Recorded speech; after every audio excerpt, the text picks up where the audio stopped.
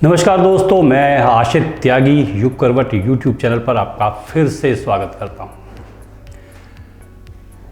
कल होली है, परसों रंग खेला जाएगा, तो होली से जुड़ी एक बहुत अहम खबर मैं आपको दूंगा। 3 ऐसे गांव हैं जो होली के नाम से डर जाते हैं, कहते हैं कि मैं होली पर रंग नहीं, मौत बरसती है। नाबालिग पत्नी से शारीरिक संबंध को सुप्रीम कोर्ट ने दुष्कर्म नहीं माना है। आरोपी पति को बरी कर दिया गया है। अब मनीष सिसोदिया 20 मार्च तक जेल में रहेंगे। अदालत ने सीबीआई की रिमांड से उन्हें न्यायिक हिरासत में जेल भेज दिया है। और 8 विपक्षी दलों ने प्रधानमंत्री को पत्र तो लिखा, लेकिन उसमें लिखा क्या है ये भी हम बताएंगे। पहले बात करते हैं सुप्रीम कोर्ट के उस आदेश की जिसमें उन्होंने नाबालिग पत्नी से शारीरिक संबंध बनाने को दुष्कर्म या रेप नहीं माना है। इस मामले में सुप्रीम कोर्ट ने आरोपी पति को बरी कर दिया है। इस लड़के को हाई कोर्ट ने पत्नी से दुष्कर्म का आरोपी दोषी करार दिया था, जिसके खिलाफ वो सुप्रीम कोर्ट चला गया था।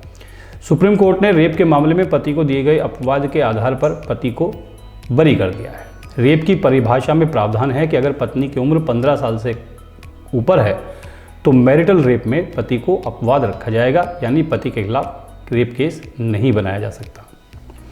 हाई कोर्ट ने दोषी करार दिया था, लेकिन सुप्रीम कोर्ट के जस्टिस BR गवई की अगुवाई वाली बेंच ने के सामने जब ये मामला आया, आरोपी को पोक्सो के तहत दोषी करार दिया गया था, लेकिन कर्नाटक हाई कोर्ट ने मामले को रेप में बदल दिया था। कोर्ट ने कहा क्योंकि पोक्सो कानून 2012 में आया है, ऐसे में यह पहले के मामले में लागू नहीं होगा। हाईकोर्ट ने कहा कि चूंकि पीड़ित नाबालिग है और 16 साल से कम उम्र की है, ऐसे में शारीरिक संबंध बनाने के लिए उसकी सहमति के मायने नहीं हैं, और आरोपी पति को दोषी करार दिया कर्नाटक की हाईकोर्ट ने। सुप्रीम कोर्ट में लड़की ने हलफनामा दिया है और कहा कि उसने आरोपी के साथ शादी की थी, उनके बीच सहमति से संबंध बने थे और उनका एक बच्चा भी है। सुप्रीम कोर्ट ने कहा कि रेप की परिभाषा आईपीसी की धारा 375 में दिया गया है, और रेप की परिभाषा आईपीसी की धारा 375 में दी गई है। उसमें मैरिटल रेप को अपवाद की श्रेणी में रखा है। पत्नी की उम्र अगर 15 साल से ऊपर है तो पति के खिलाफ रेप का केस दर्ज नहीं किया जा सकता।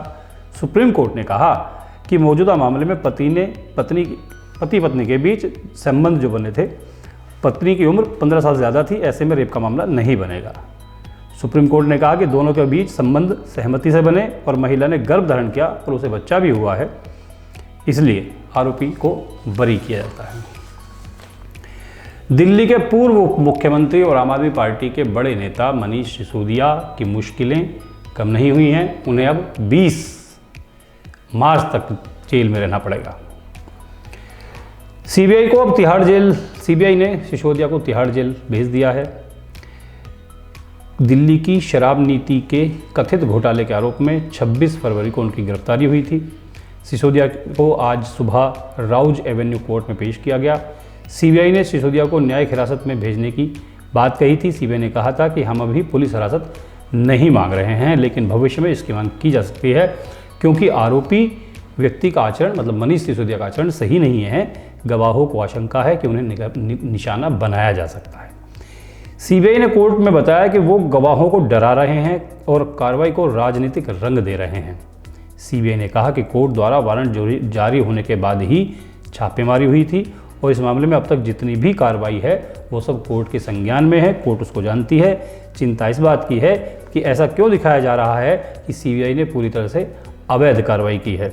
कोर्ट ने इस मांग को मानते हुए सिसोदिया को 20 मार्च तक न्यायिक हिरासत में भेज दिया है। सिसोदिया की ओर से पेश वकील ने कहा कि यह सही जानकारी नहीं है, मीडिया को मेरे मुवक्किल को नहीं घसीटना चाहिए। दिल्ली के मुख्यमंत्री अरविंद केजरीवाल ने पूर्व मुख्यमंत्री मनीष सिसोदिया की गिरफ्तारी को लेकर प्रधानमंत्री नरेंद्र मोदी पर निशाना साधा।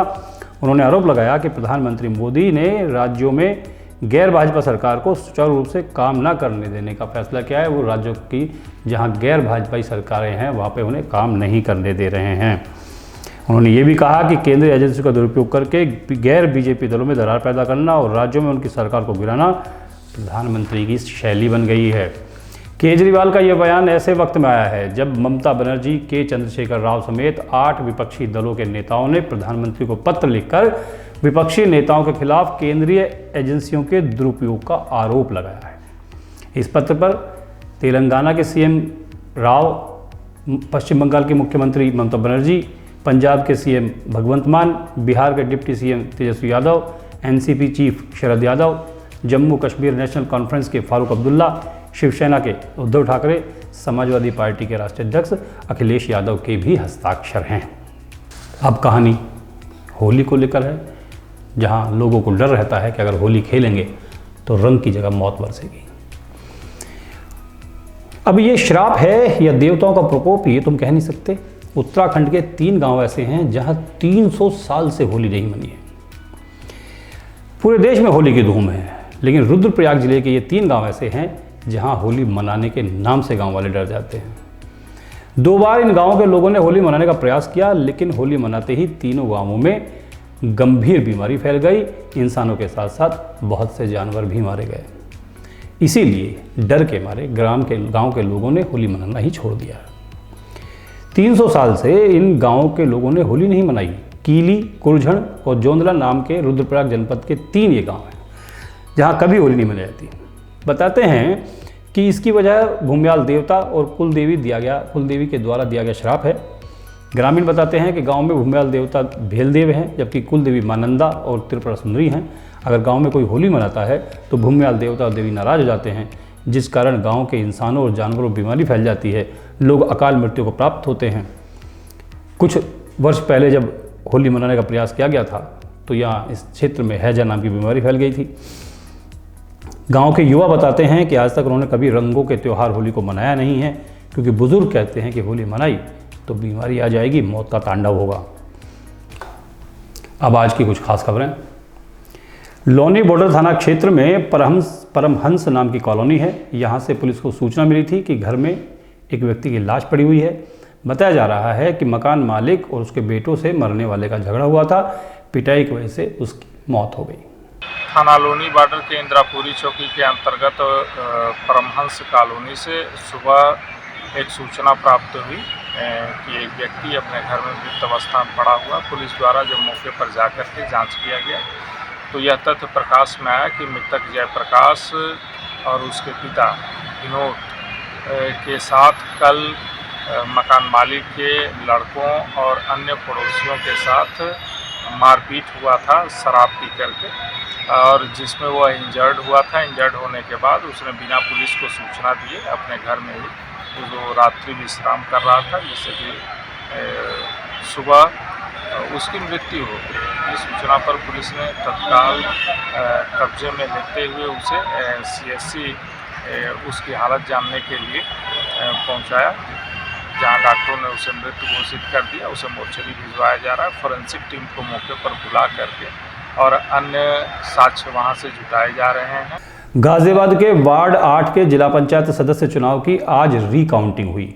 मतदान के समय यहां प्रिया ने पवन को 252 वोट से हरा दिया था। इसको लेकर पवन कोर्ट चला गया था। कोर्ट के आदेश पर आज दोबारा से वोटों की गिनती की गई।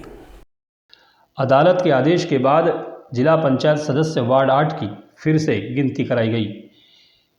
वोटों की गिनती सुबह 11 बजे से ADM कोर्ट में शुरू हुई। काउंटिंग के लिए सुबह से ही प्रत्याशियों के परिजन पहुंच गए थे। काउंटिंग के लिए 5 टेबल लगाई गई। हर टेबल पर 5-5 कर्मचारी काउंटिंग में जुटे। सबसे पहले इनवैलिड वोटों की गिनती की गई, जिनकी संख्या 1000 से अधिक थी। जिला पंचायत सदस्य के चुनाव में प्रिया ने अपने प्रतिद्वंदी पवन को 252 वोटों से मात दी थी। इस चुनाव में प्रिया सिंह को 5438 और पवन को 5244 वोट मिले थे। पवन रजापुर ब्लॉक की वोटों की गिनती में धांधली का आरोप लगाते हुए कोर्ट चले गए थे। इस पर सुनवाई करते हुए कोर्ट ने DM को दोबारा से गिनती कराने के आदेश दिए थे। कोर्ट के आदेश पर आज जिला मुख्यालय में काउंटिंग कराई गई। वोटों की गिनती ADM प्रशासन ऋतु सुहास और SDM सदर विनय सिंह के नेतृत्व में की गई थी। ब्यूरो रिपोर्ट, न्यू करवट। उत्तर प्रदेश के स्वतंत्र प्रभार राज्य मंत्री नरेंद्र कश्यप ने होली मिलन समारोह का आयोजन किया। इसमें हजारों लोगों ने भाग लिया। यहाँ 5 अप्रैल को महर्षि कश्यप जयंती मनाने का निर्णय भी लिया गया।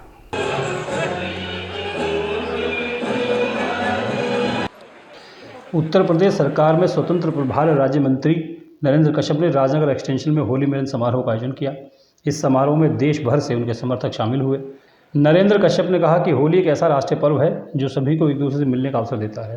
होली का त्यौहार बुराइयों को समाप्त करके अच्छाइयों पर चलने के लिए प्रेरित करता है और समाज को एकजुट और राष्ट्र के प्रेम व्यवहार के लिए एक बेहतर वातावरण निर्मित करता है। आज के आयोजन को करने का सौभाग्य आप सबने मुझे दिया। उत्तर प्रदेश में मंत्री बनने के बाद बहुत इच्छा थी कि होली का त्योहार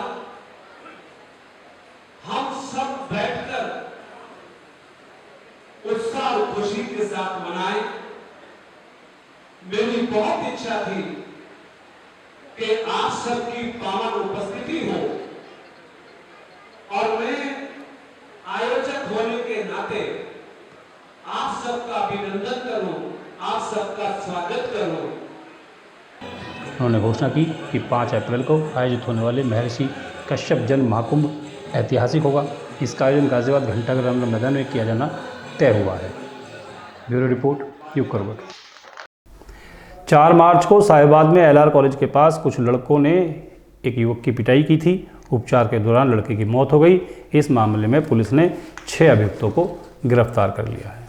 थाना साहिबाबाद के एलआर कॉलेज के पास कुछ लड़कों के द्वारा विराट सनाफ सुदामा मिश्रा के साथ मारपीट की सूचना प्राप्त होने पर पुलिस द्वारा मौके पर तत्काल पहुंचकर पीड़ित को अस्पताल में भर्ती कराया गया तथा वादी से तहरीर लेकर तत्काल अभियोग पंजीकृत कर उक्त घटना में संलिप्त 6 अभियुक्तों को उसी दिन हिरासत में लेकर जेल भेज दिया गया था। आज पुलिस को सूचना प्राप्त हुई कि पीड़ित की दौरान इलाज मृत्यु हो गई है। उक्त प्रकरण में पोस्टमार्टम कराकर तथा पोस्टमार्टम रिपोर्ट के आधार पर उचित धाराओं में नियमानुसार आवश्यक कार्रवाई कराई जाएगी। सिविल डिफेंस ने हिंदी भवन में होली मिलन समारोह का आयोजन किया। यहाँ इस कार्यक्रम में कवि सम्मेलन भी हुआ जिसमें कवियों ने हास्य रस से दर्शकों का भरपूर मनोरंजन किया। कार्यक्रम में जिलाधिकारी आर के सिंह और युग करवट के एडिटर इन चीफ सलामत मियाँ भी मौजूद रहे। सिविल डिफेंस द्वारा हिंदी भवन में होली मिलन समारोह के अवसर पर कवि सम्मेलन का आयोजन किया गया जिसमें कवियों ने श्रृंगार के गीतों और हास्य व्यंग द्वारा होली के सतरंगी रंग बखेरे। कार्यक्रम का शुभारंभ मुख्य अतिथि नगरायुक्त नितिन गौड़, सीजी मजिस्ट्रेट गंभीर सिंह, युग करवट के प्रधान संपादक सलामत मियाँ और सिविल डिफेंस के चीफ वार्डन ललित जायसवाल ने किया। इसके बाद हास्य कवि प्रवीण शुक्ल ने कवि सम्मेलन का संचालन करते हुए अपनी कविताओं के माध्यम से लोगों को खूब हंसाया। साथ ही कवि अनिल अग्रवंशी, रसिक गुप्ता ने भी हास्य के कई रंग बखेरे। श्रृंगार रस की कवित्री डॉक्टर मधु मोहिनी उपाध्याय और गीतकार दिनेश रघुवंशी ने अपनी कविता के पाठ से लोगों को होली के रंग से सराबोर कर दिया। जड़ता विषमता उपजती जो मानस में दूर कर तुरत ही तम को उबारती, दूर कर तुरत ही तम से उबारती। मनन सफल हुआ सृजन सफल हुआ, मनन सफल हुआ सृजन सफल हुआ, जीवन सफल साधना से हुआ भारती। हर लो प्रमाद रोम रोम में भरो प्रसाद, हर लो प्रमाद रोम रोम में भरो प्रसाद। शब्द दीपकों से तेरी आरती उतारती। सबसे पहले दिल पर अपने भारत माँ का रंग चढ़े, सबसे पहले दिल पर अपने भारत माँ का रंग चढ़े। बहुत अच्छा है, वाह वाह वाह। कैलकुलेटर खत्म, कैलेंडर खत्म, डायरी खत्म, पेन खत्म, कंपास खत्म, रेडियो खत्म, आदमी का सुख चैन खत्म, और अगर किसी के मोबाइल का पासवर्ड उसकी पत्नी के हाथ लग जाए तो आदमी खत्म। इस अवसर पर जिलाधिकारी आर के सिंह ने सभी को होली की शुभकामनाएं देते हुए समारोह आयोजन के लिए आयोजकों को शुभकामनाएं दी। ब्यूरो रिपोर्ट युग करवट। भोजपुर थाना पुलिस ने वाहन चोर गिरोह का पर्दाफाश किया है। इस गिरोह के 5 सदस्य गिरफ्तार किए गए हैं। उनके कब्जे से 5 मोटरसाइकिल, फर्जी नंबर प्लेट बरामद हुई है। दिनांक 6 मार्च 2023 को थाना भोजपुर गाजियाबाद कमिश्नरेट में संदिग्ध व्यक्तियों की चेकिंग के दौरान 5 संदिग्ध व्यक्तियों को रोककर पूछताछ की गई। तो वो बाइक चोरी के अभियुक्त निकले और जब उनसे आगे पूछताछ की गई तो उनके पास से हमें 5 बाइकें बरामद हुई हैं। इन व्यक्तियों के नाम हैं फरमान, गौरव, इंतजार, आरिफ और शाहरुख। इन्होंने बताया कि ये अपने शौक पूरे करने के लिए और नशा करने के उद्देश्य से जो बाइकें खड़ी रहती थी उनकी रेकी करके उनको चुरा लिया करते थे। और इन 5 बाइकों में से 4 बाइकें हमारी गाजियाबाद और हापुड़ के मुकदमों में कनेक्ट हो गई हैं। कपड़ा व्यापारी एसोसिएशन ने घंटाघर रामलीला मैदान में होली मिलन समारोह का आयोजन किया। यहाँ कलाकारों द्वारा बरसाने की लठमार होली और भगवान श्री कृष्ण की रासलीला का मंचन किया गया। समारोह में फूलों की होली भी खेली गई।